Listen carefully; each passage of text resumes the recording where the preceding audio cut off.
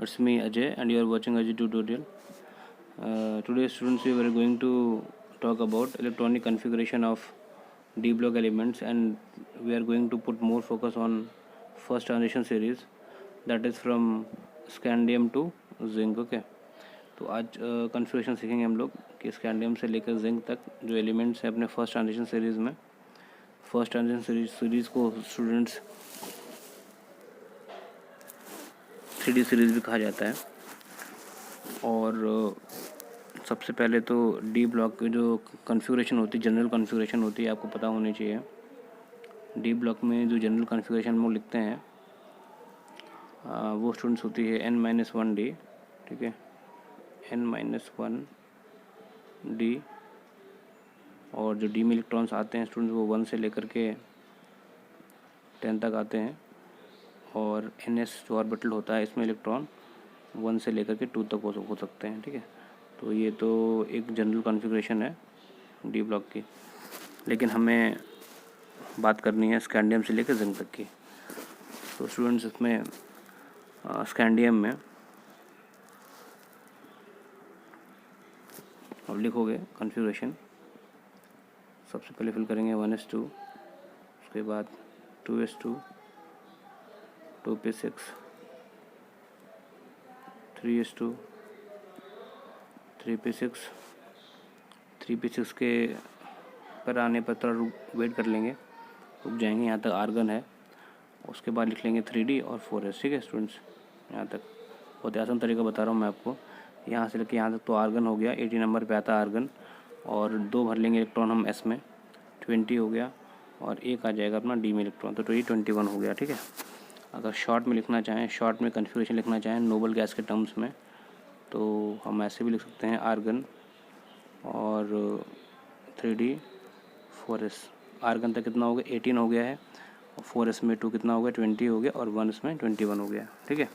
तो ऐसे करके टाइटेनियम में लिख लेंगे। इसमें भी टाइटेनियम में भी लिख लेंगे 1s2, 2s2, 2p6, 3s2, 3p6, ठीक है। फिर से यहाँ से लेके यहाँ तक कितना हो गया, 18 हो गया है, ठीक है। और 3d और 4s में हमें बहुत ध्यान रखना है, तो इसलिए यहाँ पर आकर थोड़ा वेट करना है आपको, ठीक है। तो यहाँ तक 18 हो चुका है, तो पहले इसको भर लो, कितना हो गया यहाँ पे 2, ठीक है।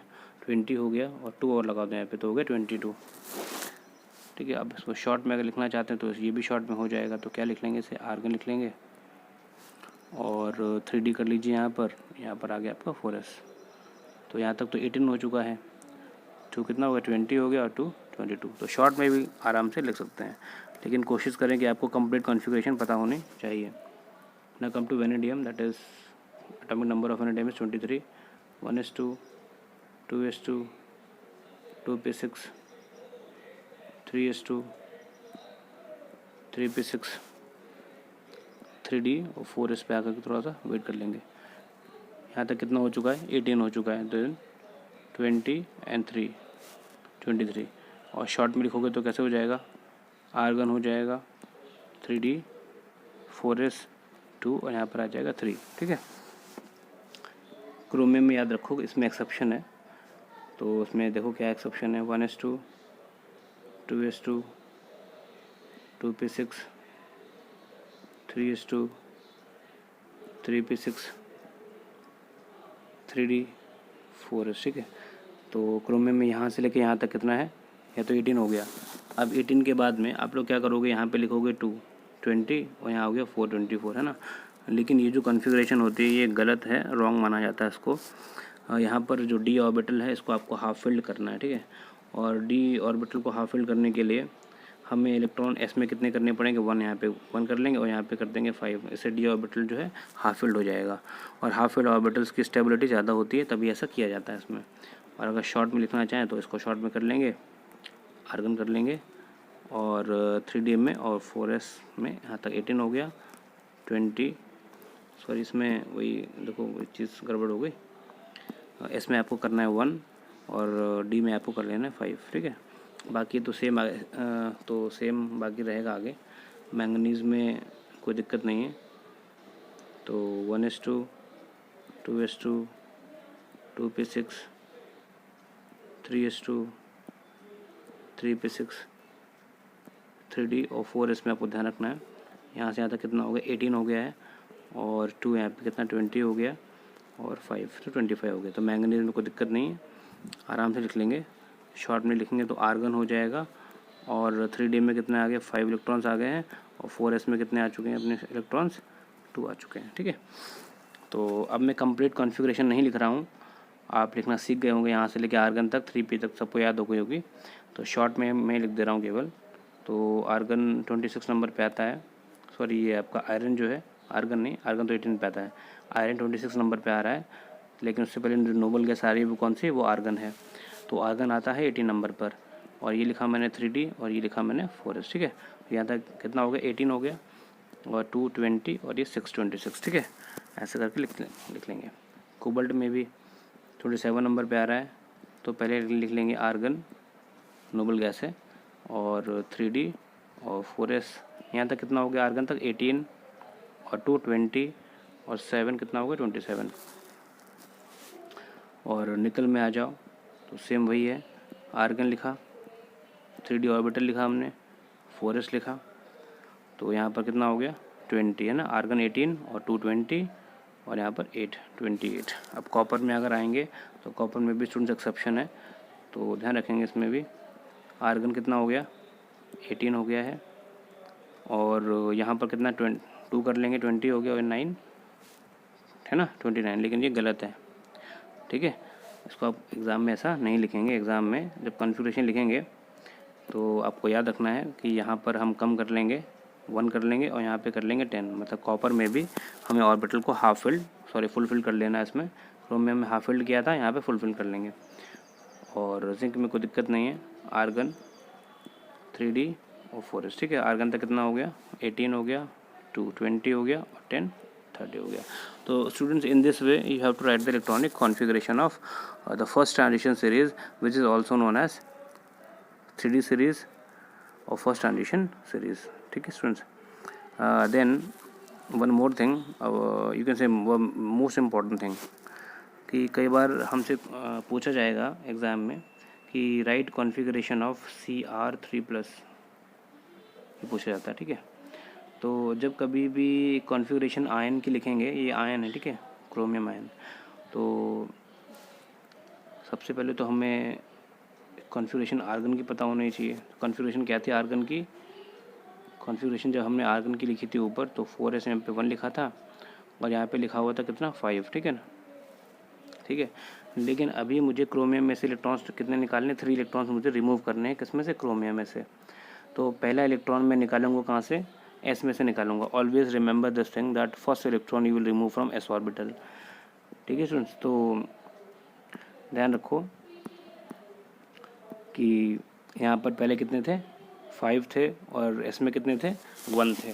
तो इलेक्ट्रॉन हमें कितने निकालने हैं 3 निकालने हैं। तो s में से एक गया, कितने हो जाएंगे 0 हो जाएंगे, और d में 5 में से 2 चले गए, तो कितने बचेंगे यहाँ पे 3 बचेंगे। तो ये इसकी कन्फिगरेशन हो जाएगी। ठीक है, इसी तरीके से स्टूडेंट्स, अगर आपसे पूछा जाएगा कि राइट कॉन्फ़िगरेशन ऑफ, चलो उसको एक बार कंपेयर कर लेते हैं। मैंने यहाँ पर Fe लिखा हुआ और एक लिखा हुआ Fe2+। ठीक है, तो कॉन्फ़िगरेशन Fe की कितनी होती है, आयरन आता है 26 नंबर पर। ठीक है, इसकी जो कॉन्फ़िगरेशन हो जाएगी वो हो जाएगी आर्गन और 3d और 4s। ठीक है, आर्गन तक कितना हो गया 18 हो गया, और 2 20 और 6 26। अच्छा ठीक है, अब Fe2+ में क्या करेंगे, फिर हमने वही लिखा, आर्गन लिखा, 3d लिखा और 4s लिखा ऑर्बिटल। कितने इलेक्ट्रॉन मुझे रिमूव करने हैं, मुझे 2 इलेक्ट्रॉन्स रिमूव करना है।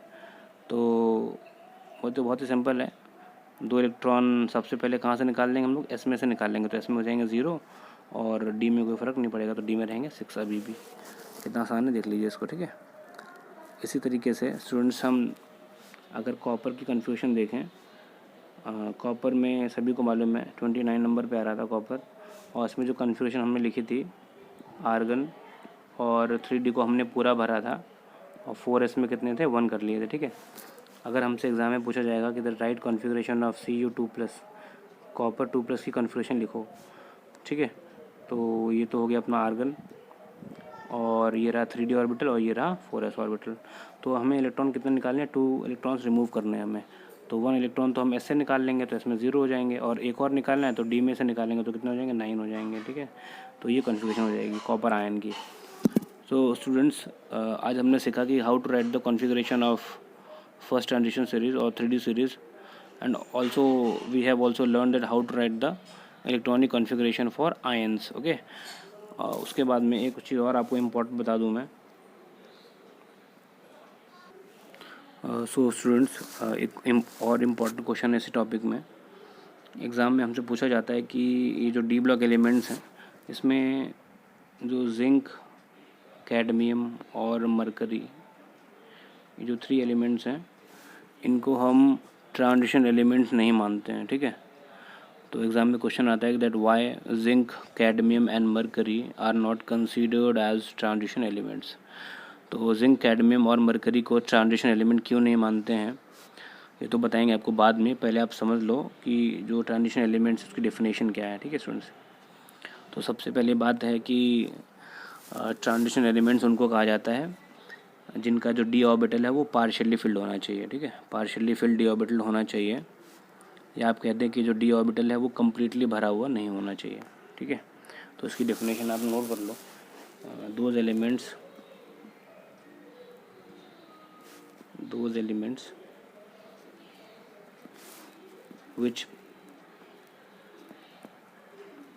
which have those elements which have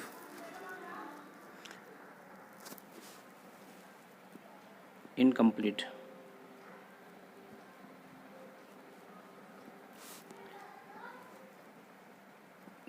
d orbital,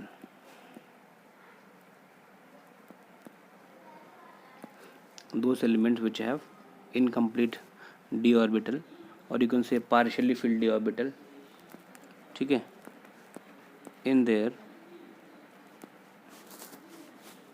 ground state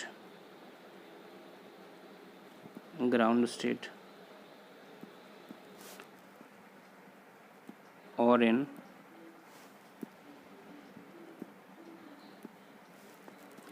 most common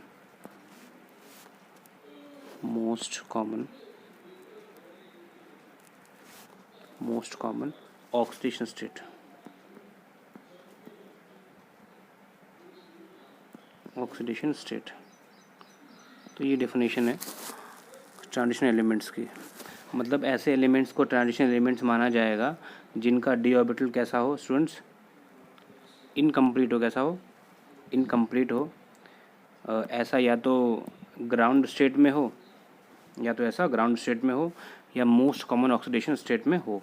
तो इसको हम समझेंगे, इम्पॉर्टेंट टॉपिक है ये, और ये आपको पता भी होना चाहिए स्टूडेंट्स। देन सबसे पहले तो अगर हम बात जिंक की करते हैं, तो जिंक स्टूडेंट्स एटॉमिक नंबर्स का 30 होता है, और इसके जो कॉन्फ़िगरेशन है वो ये है, लिख दे रहा हूँ मैं, 1s2, 2s2, 2p6, 3s2, 3p6, 3d10 और 4s2। ठीक है, तो आप देखो कि जिंक में जो 3d ऑर्बिटल है, मतलब जो डी वाला ऑर्बिटल है, ये पूरा भरा हुआ। ठीक है, इसमें कितने इलेक्ट्रॉन्स हैं, इसमें आप देखोगे तो इलेक्ट्रॉन्स जो हैं वो पूरे 10 हैं। ठीक है ना, तो 1 2 3 4 5 6 7 8 9 और 10, और एस वाला जो ऑर्बिटल है इसमें इलेक्ट्रॉन 2 हैं। तो जिंक ट्रांजिशन एलिमेंट की जो डेफिनेशन है इसे पूरा नहीं करता है। ठीक है, ये तो ग्राउंड स्टेट में हो गया। ठीक है, अब एक मोस्ट कॉमन ऑक्सीडेशन नंबर जो जिंक में होता है वो +2 होता है, तो उसमें भी हम चेक कर लेते हैं, एक मौका और देते हैं जिंक को। चलो, जिंक तो ग्राउंड स्टेट में तो इसका 3D पूरा भरा हुआ है। ठीक है, 10 है इसमें। ठीक है, देन एक काम करते हैं, हम जिंक को एक मौका और दे रहे हैं, देखते हैं कि इसका जो मोस्ट कॉमन ऑक्सीडेशन नंबर +2 है, इसमें जो डी ऑर्बिटल है वो पूरा भरा है या इनकम्प्लीट है। तो फिर लिखते हैं configuration, 1s2, 2s2, 2p6, 3s2, 3p6, 3d और 4s, ठीक है। अब पहले जिंक की कॉन्फ़िगरेशन में आप देख रहे थे डी में कितने 10 थे और 4s में कितने थे, 2 इलेक्ट्रॉन्स थे। तो अभी मुझे इलेक्ट्रॉन कितने रिमूव करने, now I have to remove 2 electrons from this 4s orbital. Outermost shell से इलेक्ट्रॉन निकालते हैं तो 4s से इलेक्ट्रॉन 2 हम निकाल ले रहे हैं, तो 2 निकाले तो यहाँ पे कितने 0 बचेंगे। और डी में कितने, डी में अभी भी कितने इलेक्ट्रॉन्स हैं, 10 इलेक्ट्रॉन्स हैं, ठीक है सर। तो यही कारण है कि जो जिंक है उसे ट्रांजिशनल एलिमेंट हम नहीं मानते हैं, क्योंकि इसका ग्राउंड स्टेट में भी डी में कितने इलेक्ट्रॉन्स होते हैं, 10 होते हैं। और जो मोस्ट कॉमन ऑक्सीडेशन नंबर है जिंक का जो कि +2 है, उसमें भी डी में इलेक्ट्रॉन्स 10 होते हैं। और ट्रांजिशनल एलिमेंट्स क्या होते हैं, जिनके पास में क्या होना चाहिए, इनकम्प्लीट डी ऑर्बिटल होना चाहिए, ग्राउंड स्टेट में होना चाहिए, या फिर अगर ग्राउंड स्टेट में नहीं है किसी भी कारण से तो मोस्ट कॉमन ऑक्सीडेशन नंबर में ऐसा हो जाना चाहिए।